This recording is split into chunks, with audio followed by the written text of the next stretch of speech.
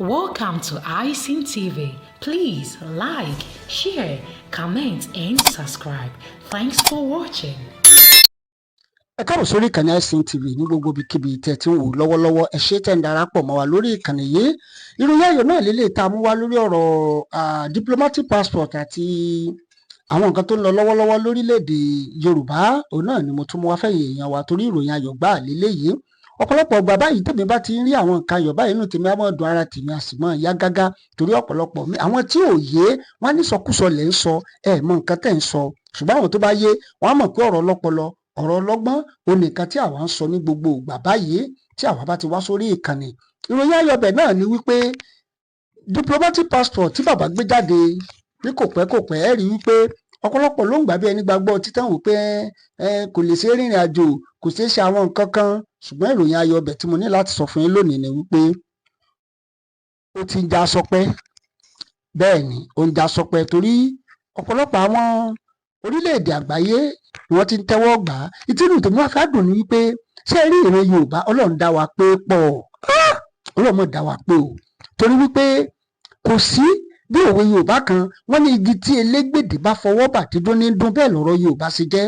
Torí wípé a jẹ́ ọmọ aládé, a jẹ́ ìran tó jẹ́ wípé gbogbo èèyàn máa ń fẹ́ láti darapọ̀, láti bá wa ṣọ̀rẹ́, láti associate ara wọn mọ́ wa. Òun náà ló ń jó mọ́ easy fún wa tí gbogbo nǹkan yẹn tó fi ṣe é ṣe fún ìran Yorùbá. Torí ọ̀pọ̀lọpọ̀ àwọn nǹkan ló fẹ́ sọ lónìí, ṣùgbọ́n fún àǹfààní àwọn tó máa ń wò mí wọ́n ní àìsí máa ṣe ṣókí ká lè tètè máa rí iṣẹ́ ẹ̀.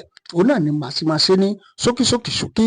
Lórí ọ̀rọ̀ diplomatic passport tí bàbá wa gbé jáde, emeritus merited professor Adébánjí Akintoye, bàbá ti sọ ọ̀pọ̀lọpọ̀ àwọn ọ̀rọ̀, and àwọn diplomatic passport yìí ló jẹ́ wípé ọ̀pọ̀lọpọ̀ orílẹ̀-èdè ni wọ́n ti mú un dé lọ́wọ́lọ́wọ́, mo ti ń sọ̀rọ̀ lọ́wọ́lọ́wọ́ ẹ̀ torí wípé ìdí tèmi ṣe gbé wá ni wípé ọ̀tọ̀ ọ̀pọ̀lọpọ̀ àwọn pé ìròyìn tèmi ń gbé wá ẹ̀ ó yẹ káwọn gbọ́ ní YSDM, ó yẹ káwọn gbọ́ lẹ́nu Koiki, ó yẹ káwọn gbọ́ lẹ́nu kinní kan, torí wípé táwọn èèyàn bá sọ mọ̀ sọ pé ṣe owó wọn náà ń ṣe.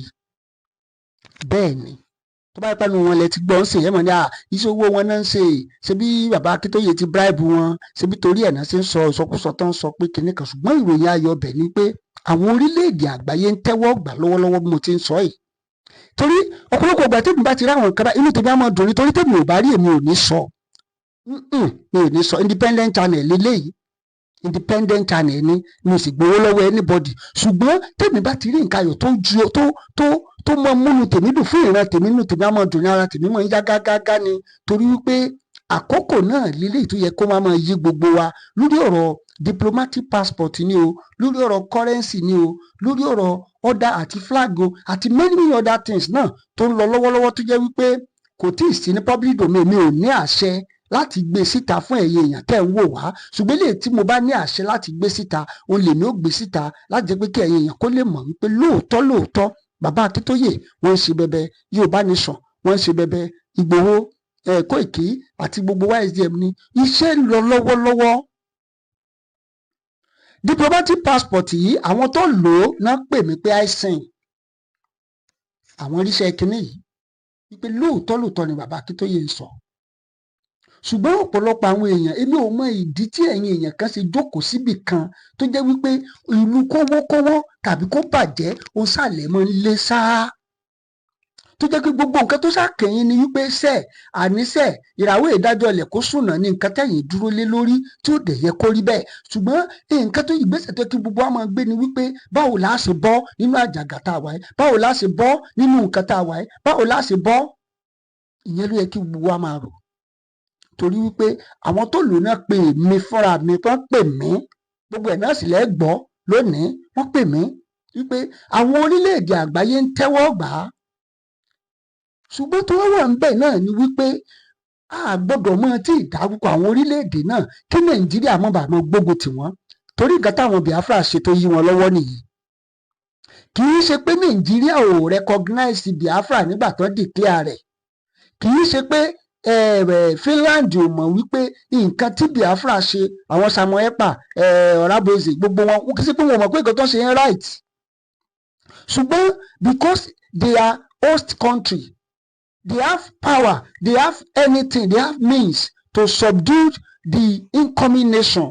And that is why it is very, very difficult for Biafra láti jẹ́ pé kinní irú géèmù yẹn náà ló ń gbá fún Yorùbá nation.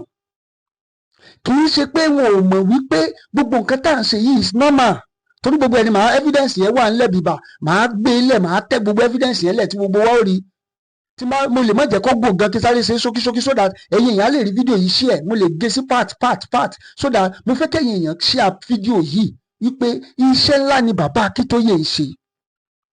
I'm telling you the gospel truth. I'm telling you the gospel truth. Tèmi ò bá rí èmi ò ní sọ.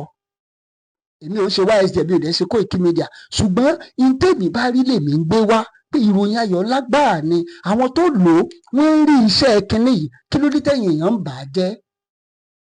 Ẹ jẹ́ sáré wá sọ àwọn nǹkan kan torí wípé nínú àwọn ìwádìí mi tí mo ṣe dáadáa mo rí wípé àwọn orílẹ̀-èdè tó ti gba ìyọ̀ǹda láti ara àwọn host country ni o tàbí láti UNPO ni o tàbí láti àwọn country tó mú wọn tó kó wọn lẹ́rú, kí n lo èdè yẹn, àwọn náà wọ́n ní strategy, wọ́n ní ìgbésẹ̀.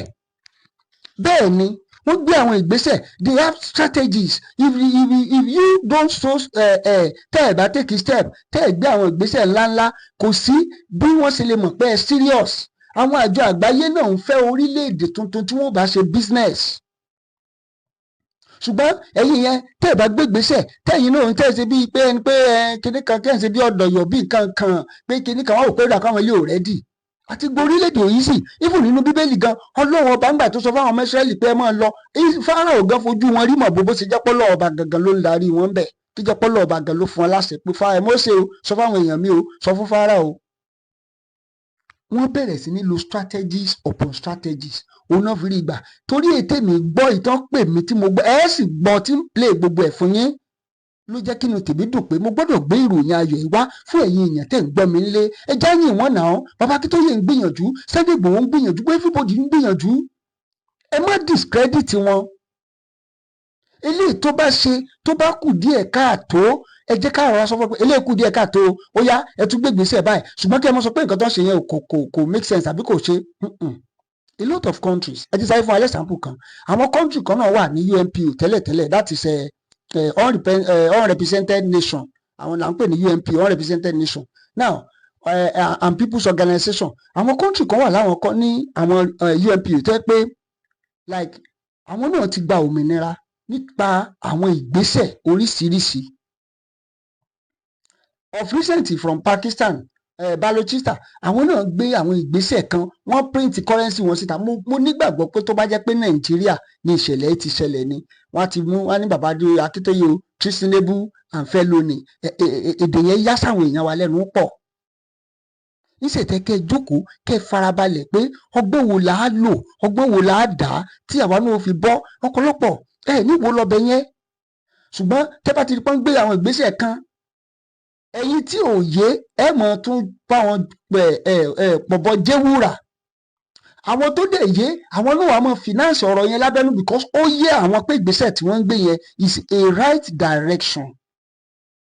Bẹ́ẹ̀ ni torí èmi báyìí o tèmi bá ti rí inú tèmi máa ń dùn, ara tèmi máa ń yá ni.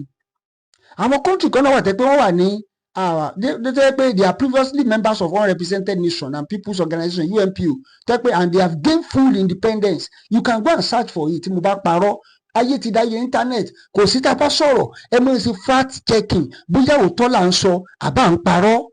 Please go and fact check it, maybe we are lying or we are saying the truth. We have some countries tẹ́ pé true ọ̀nà mo ti fẹ́ explain dáadáa kó lè yé wa kẹ́ lè mọ̀ pé ìgbésẹ̀ tí bàbá Akintoye ń gbé ìgbésẹ̀ akínni. We have countries tẹ́ pé àwọn náà wọ́n ti wà ní UNPO tẹ́lẹ̀tẹ́lẹ̀ tẹ́ pé wọ́n dẹ̀ ti gain the full independence and now they are being represented in United Nations. Yes, you can go and search for it. Mo bá parọ́, like Armenia is there, Estonia is there, Georgia, Latvia, Timor-Leste, Palau, that is formerly Belau. So all this country now àwọn náà ti fìgbà kan wà ní UNPO but àwọn náà gbé àwọn ìgbésẹ̀ tí wọ́n gbé ni mo fẹ́ sọ yìí. Ó ṣeé ṣe kí n máa gé fídíò yìí ká máa ṣe ní ṣókíṣókí kẹ́yìn yẹn lè mọ rí share. Lára àwọn ìgbésẹ̀ táwọn country yìí gbé ni pé wọ́n print owó. Bẹ́ẹ̀ ni because currency owó ṣe pàtàkì, is an identity of a nation. Bẹ́ẹ̀ ni identity nation nìyẹn. A nation that is serious must have their own currency. A nation that is serious must have their own national flag. A nation that is serious must have the coat of arms. A nation that is serious must have national anthem, must have pledge. All these things we have it. All these things we have it. So báwo làwọn country yìí ṣe wá ṣe táwọn ṣe bọ́ ń bẹ̀? Gradually torí màá ṣe ṣókíṣókí ni, gradually wọ́n bẹ̀rẹ̀ sí ní intensify láàrin within their own ethnic group. Tẹ́pẹ́ ọ̀pọ̀lọpọ̀ wọ́n dẹ̀ tẹ́wọ́ gbà á. From there gbogbo àwọn nǹkan tí mo dárúkọ sílẹ̀ wọ́n bẹ̀rẹ̀ sí ní lò ó bí ó ṣe báwọn náà ń lò ó ló di wípé ó ti wá di common use. From there ló fi di wípé wọ́n gbé àwọn ìgbésẹ̀ tí a fẹ́ mọ́ dárúkọ ìlẹ́yọ kọ̀ọ̀kan. Torí tọ́pọ̀lọpọ̀ bá wò ó pé bóyá àbí Bọ́lá Tinubu ó máa wá ó máa sọ pé I hereby declare kíní kan, kò lè ṣẹlẹ̀. Number one thing tá a bá kọ́ fẹ́ bọ́ ẹja gbárùkù ti ọ̀rọ̀ owó wa. Even nígbà tí Biafra fẹ́ bọ́ they print out their currency ọ̀pọ̀ mọ̀ pé ẹ̀lìkan sọ pé ṣé wọ́n wá padà achieve ẹ̀. Ìdí tí wọ́n ṣe achieve ẹ̀ ni pé Ojukwu fi ó abandon hustle yẹn ó sá lọ sí Côte d'Ivoire. Ìyẹn lọ̀pọ̀lọpọ̀ àwọn èèyàn náà ń fẹ́ ṣe. Mo gbọ́ tẹ́nìkan ti sọ ọ̀fíìsì nítorí kí Akintoye lọ resign àbí kán retire. If you tẹ́ ẹ bá ti lè mú olórí tó mọ̀ ń pa àwọn ìlànà yẹn tẹ́ ẹ bá ti mú kúrò, ìlànà yẹn tún fẹ́ dà padà sẹ́yìn ni. Gbogbo mẹ́tọ̀dù yẹn làwọn ọ̀pọ̀lọpọ̀ àwọn èèyàn yẹn ń lò láti frustrate bàbá Akintoye. Wọ́n frustrate effort wọn. So wọ́n bẹ̀rẹ̀ sí ní gbé àwọn ìgbésẹ̀ yìí lẹ́yọ kọ̀ọ̀kan tó dé sẹ́nà pé àwọn èèyàn wọn bẹ̀rẹ̀ sí ní tẹ́wọ́ gbà á. Nílẹ̀ Yorùbá lónìí lọ́pọ̀lọpọ̀ gbà lónìí a lot of people sì ti recognize Yorùbá flag yẹn torí wọ́n sì rí bẹ́ẹ̀ ni pé these people are just wasting their time. Nǹkan táwọn country yìí ṣe nìyẹn. Mo sì tún máa mention àwọn country yẹn, mo máa dárúkọ àwọn other countries náà tó yẹ pé wọ́n gbé àwọn ìgbésẹ̀ and àwọn ìgbésẹ̀ tó ń gbé yẹn olórí lè help wọn nígbà tí wọ́n fẹ́ bọ́ kù ní ara host country wọn tán fẹ́ bọ́ táwọn náà fẹ́ gba kíní lára àwọn country tó kó wọn lẹ́rú. Wọ́n bẹ̀rẹ̀ sí ní gbé àwọn ìgbésẹ̀ lẹ́yọ kọ̀ọ̀kan bí ìgbésẹ̀ tá à ń sọ yìí náà ni diplomatic passport everything. Gbogbo àwọn kí bàbá Akintoye torí ìgbà tí mo gbọ́ tí bàbá ṣàlàyé kí bàbá tó lè ṣe kí wọ́n tó gbé àwọn ìgbésẹ̀ àwọn náà ti make consultation with àwọn international lawyers. Wọ́n ti make consultation with àwọn èèyàn tó ń ṣiṣẹ́ ní United Nations, tó ń ṣiṣẹ́ ní UNPO, tó ń ṣiṣẹ́ láwọn orílẹ̀-èdè àgbáńlá ayé káàkiri àtàwọn countries tó pé wọ́n ti gba òmìnira. Ẹ jẹ́ kí n sọ ilé kí n tó ráǹdì ilé ọ̀ torí mo ṣe ń padà bọ̀ lórí the remaining one. Ó ní wípé kí wọ́n tó gbé àwọn ìgbésẹ̀ yìí wọ́n ti bá àwọn èèyàn náà sọ̀rọ̀. Ẹ gbé àwọn ìgbésẹ̀ báyìí ẹ back with law. Torí mo gbọ́dọ̀ ọ̀pọ̀lọpọ̀ sọ pé where is the custom office, where is immigration office, where is the kíní kan. Ìdí tí mo fẹ́ explain details gbogbo àwọn nǹkan yẹn fẹ́yìn èèyàn náà nìyẹn. Ẹ jọ̀ọ́ ẹ bá subscribe sórí ìkànnì yìí torí wípé mo máa explain details fún iṣẹ́ takuntakun táwọn bàbá Akintoye ṣe àti àwọn orílẹ̀-èdè tí wọ́n ti tẹ́wọ́ gba àwọn kinní yìí. Bẹ́ẹ̀ ni àwọn orílẹ̀-èdè ń tẹ́wọ́ gbà lọ́wọ́lọ́wọ́. Àwọn èèyàn tó lò ó náà pè mí tí mo wá fi lọ ṣe research pẹ̀lú àwọn information tó ń fún mi àti information tó mi náà ṣe research lé lórí ni mo ní ẹ̀yin èèyàn gbọ́dọ̀ gbọ́ ìròyìn ayọ̀ eléyìí. Ẹ bá ń like, ẹ bá ń share rẹ̀ jọ̀ọ́, ẹ bá ń share rẹ̀ torí ẹ tún gbọ́ the part 2 ọ̀rọ̀ yìí. Ẹ gbọ́ part 2 ẹ̀ torí mo fẹ́ kẹ́yìn èèyàn kẹ́ ẹ jàǹfààní ẹ já gbégbèsè yìí ká support wọn ká lè ti débi tá à ń lọ. ICN TV yín náà lélẹ̀ ẹ jọ̀ọ́ ẹ bá ń like, ẹ bá ń share rẹ̀, ẹ bá ń pín ẹ jẹ́ kó lọ káàkiri orígun mẹ́rẹ̀ẹ̀rin àgbáńlá ayé. Ẹ ṣé o tẹ̀ ń tẹ́tí sí wa ní gbogbo ìgbà. Please like, share, comment and subscribe. Thanks for watching.